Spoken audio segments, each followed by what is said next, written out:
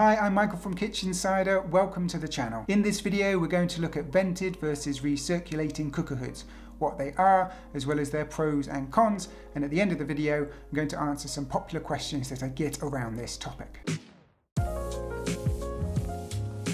So when it comes to installing a cooker hood in your kitchen, you have two options for what it's going to do with the air that it sucks up. You can vent the air outside, or you can recirculate it back into the kitchen. And these days, most cooker hood models are designed to be able to do both depending on what option you need. However, all models will generally have the same first layer of filtration, and that's a grease filter. This is usually a metal mesh layer and sometimes a disposable grease filter sheet that are used to trap the grease coming up through the cooker hood. It's what happens next that sets the two extraction types apart. What is vented extraction? Vented or ducted extraction is when you can connect a duct or pipe from your cooker hood and run this ducting through an outside wall of your house. You'll then normally place a small grill in the brickwork of the external wall to allow all the air that's sucked up from the cooker hood to be expelled outside. With a typical wall-mounted cooker hood, this is usually a duct that comes up and out of the appliance and then runs along the top of the wall cabinet to an external wall and then through that wall to the outside.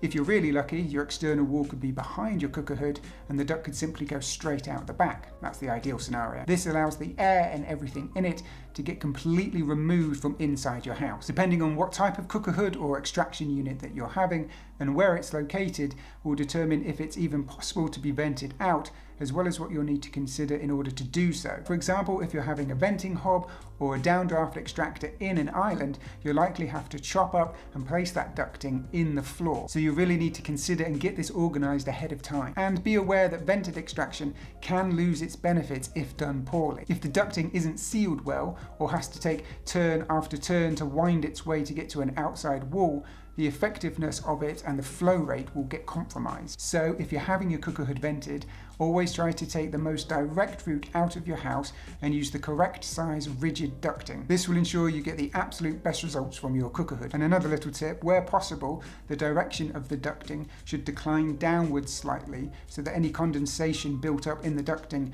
doesn't run back and drip down through the cooker hood. So some advantages of vented extraction. Typically, you'll get a higher flow rate compared to a recirculating extractor, so more air is getting pulled up and extracted out of the room. Any moisture in the air from steam is actually removed to the outside. This can really help, especially if your house suffers from any damp or mold issues. They tend to have a higher effectiveness at lower power settings, so this sort of ties in with that better airflow rate because you can get a decent extraction on a lower power setting, saving you a bit of energy. And sort of tied in with that as well, typically they're quieter than recirculating extractors, assuming it's been installed correctly and the right size ducting is used and it's sealed properly. And lastly, there's no additional costs for any carbon or charcoal filters because you don't need them. Now, some disadvantages of vented extraction. The biggest one, you need to have access to an outside wall. Depending on where your kitchen is located in a building or house, it might simply mean that you can't have vented extraction. There can be some heat loss due to the warm air leaving the room. So especially in winter,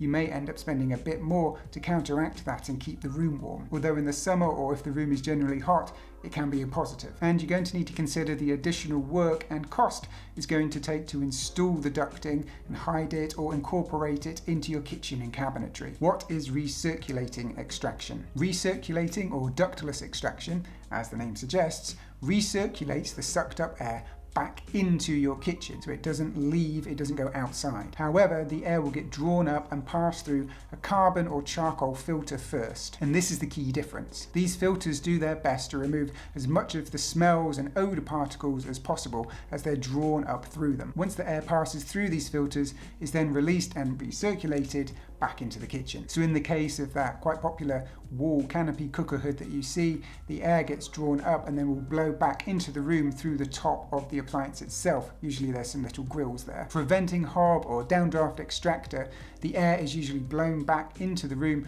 through a little grill or gap in the plinth or toe keg. You need to make sure that you install these charcoal or carbon filters if you're going to have a recirculating cooker hood. Otherwise, you're really not going to get the full benefit. So some advantages of recirculating extraction. Typically, they're easier to install. You don't have to have access to an outside wall, so you don't need to worry about where they have to be installed in your kitchen, which leads on to the next advantage in that it gives you that design freedom when it comes to your kitchen layout. Because you're not restricted by having to put them on a particular wall in your kitchen, it means you could come up with some different layout options which may benefit you. There's no extra building work required, so no chopping up floors or drilling holes in the wall to install the ducting. And as I mentioned before, the sort of the other way around, the room won't lose heat due to the warm air leaving as it's being recirculated back into the kitchen. So great in the winter, but maybe not so great in the summer. Now some of the disadvantages of recirculating extraction. The moisture in the air is not extracted out of the room, which can cause some damp and mold issues. So you may need to think about additional ways of airing the room,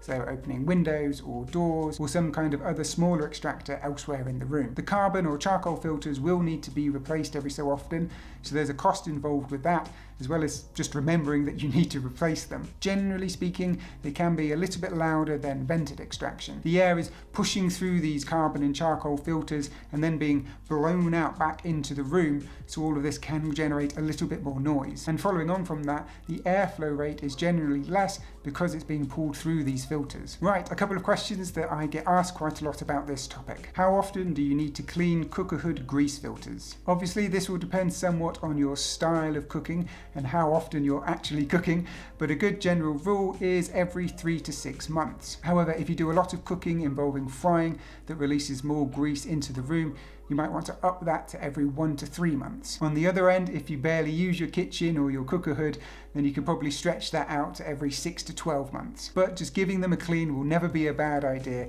whenever you remember to do so. And it's usually much easier than you think. Most grease filters are just on little clips underneath. You just push them and pop them straight out. Give them a good soak and wash in your sink, or even put them in the dishwasher. Most are dishwasher safe, but always just double check before you do that. If there are any grease filter sheets that I showed you earlier, unfortunately these can't be reused, and you'll have to just replace them. Do you need carbon filters for your cooker hood? If you're having a cooker hood installed using the recirculating extraction method, then yes, you need carbon or charcoal filters. Depending on how much you use your cooker hood and the style of cooking that you do, these carbon and charcoal filters should really be replaced every sort of 6 to 12 months. Usually they're not too tricky to replace. Most models you'll have to remove the grease filters first, and then you reach up inside and you can see where these carbon filters are. They come in different shapes and sizes depending on the make and model that you have. But usually you'll just need to unclip or sort of unscrew them and then replace them. Another little tip, especially if you've got a recirculating cooker hood, is to switch the cooker hood on at a low power setting about sort of 5 minutes or so before you start cooking. So when you do start cooking, you're not suddenly putting the cooker hood on max power to catch up with all the grease and smells that you've created. It's already kind of started the process. You might need to up the power level a little bit as you go, but it's going to be a lot more effective as you're cooking. And similarly, once you've finished cooking, you should leave the extractor on for 5 or 10 minutes. And again, it could be at a lower setting, but this will just help remove those last bits of odor and grease and things from the kitchen, as well as help to dry out the carbon or charcoal filters. Which is better, vented or recirculating extraction? In my opinion, hands down, vented is better than recirculating. Physically removing all the smells and grease from cooking to the outside is always going to be better than recirculating them, although passing through a filter but back into your kitchen. However, if you live somewhere where your kitchen doesn't have an outside wall, or you simply don't want to be chopping holes in your wall or digging up the floor to lay ducting, whatever the reason, then recirculating is the way to go. And it's certainly better than nothing. So what type of extraction do you have in your kitchen? And do you even use your cooker hood at all? Let me know in the comments below. If you enjoyed this video, I'm sure you'll like this one, where I talk about some functional kitchen design elements and give some practical top tips. As always, thank you so much for watching, and I'll see you in the next one.